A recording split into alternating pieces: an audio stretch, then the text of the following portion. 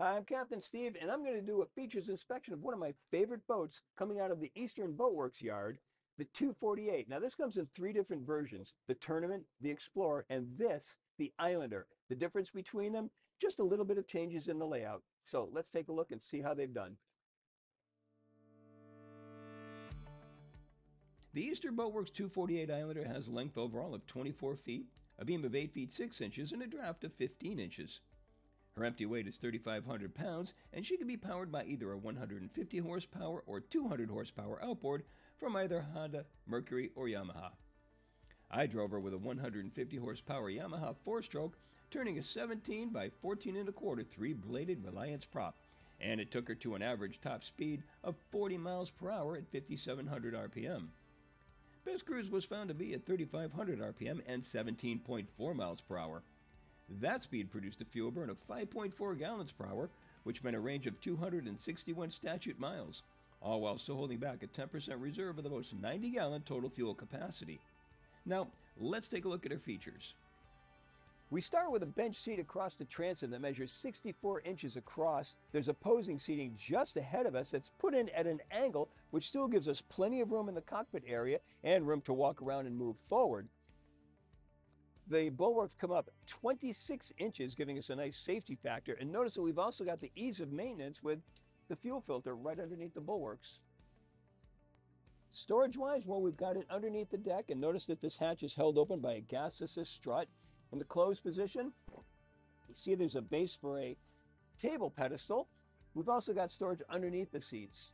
This storage compartment is also where we have the batteries, so you've got the battery switch just alongside, and notice there's additional storage within the storage. To the port-hand side of the cockpit, there's shore power connectivity and a raw water washdown. Continuing inside now over to the port-hand side, bit of a galley area with a stainless steel single basin sink. Open space to the Korean counter. Notice there are teak fiddles to hold items in place. I don't know if I would opt for a grill in this location, or I would put one of the aftermarket ones that go on a rod holder, and I keep it out of this enclosed area. This area can be further enclosed by isinglass, just dropping this down. So now we've got climate control, and notice there's also an air conditioning option for this one as well. Underneath, refrigerator, 110-volt connectivity, and the 12-volt power panel. The helm is starboard side mounted. The console has a compass right in line with the helm, which is mounted to a fixed base and vertically mounted. Stainless steel wheel has a steering knob. I like to see that. Windshield wiper controls to both the left and the right side of the steering wheel. Electrical switches, and more electrical. We've got analog gauges for the RPM and the fuel. Joystick for the bow thruster, engine control right alongside, and there's room for a 10-inch to a 9-inch display, trim controls just alongside, and then we've got a windlass control for the windlass up at the bow. Up overhead, we've got the Garmin VHF, and there's a remote control for the spotlight on this boat. Below, there's a fire extinguisher and a footrest with a courtesy light just above the footrest. The captain gets a single bucket seat with a flip bolster. It swivels, it slides. It's on a base that's 18 inches off the deck. I think I'd like to see this come in another color besides white. This one's going to get dirty real quickly. The observer seat is 33 inches across. It's 32 inches off of the deck. There's a flip footrest just ahead. Little storage area just forward with a teak fiddle. And notice that we've got a little teak trim going around the area, in addition to having such a utilitarian attitude with just the fiberglass to the overhead and the bulkheads, no upholstery, nothing like that, no crushed velvet. We don't need that on this boat. It's a work boat. It's made to be washed down, put away wet, but it does have some nice trim features as well. I really like the way Eastern Boatworks finds a balance for that. Just underneath, pull-out trash receptacle. And there's additional storage under the front of the seat. No space is wasted with Eastern Boatworks. Other things I like as we move forward, notice that the deck increases dramatically as we make our way up to the bow. There are good high stainless steel bow rails. Down below, we've got a spray rail, because with these boats, you want to get the bow down into its appropriate running attitude to not only let the narrow entry do its job, but give it a more level ride, and that's where the spray rail really comes in and gives you a dry ride. And I like that they added a stainless steel scuff plate just below the anchor, which is supported by a windlass. Now this is an excellent cruising couples boat and it's an outstanding weekender. So let's go take a look at the cabin that's accessed from a center mounted companionway.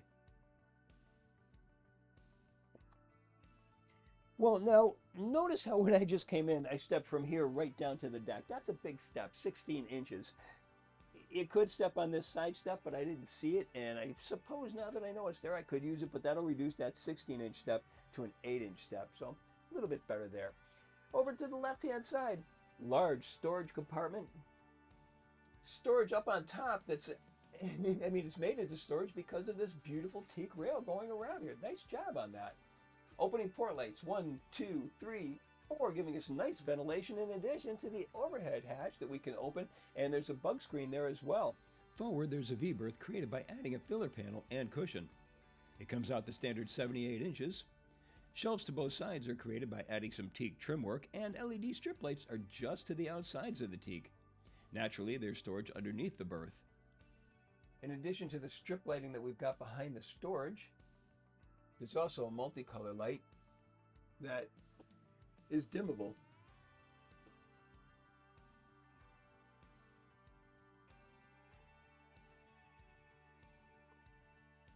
It's nice to see that down below there's also a 110-volt outlet and connectivity for your phone.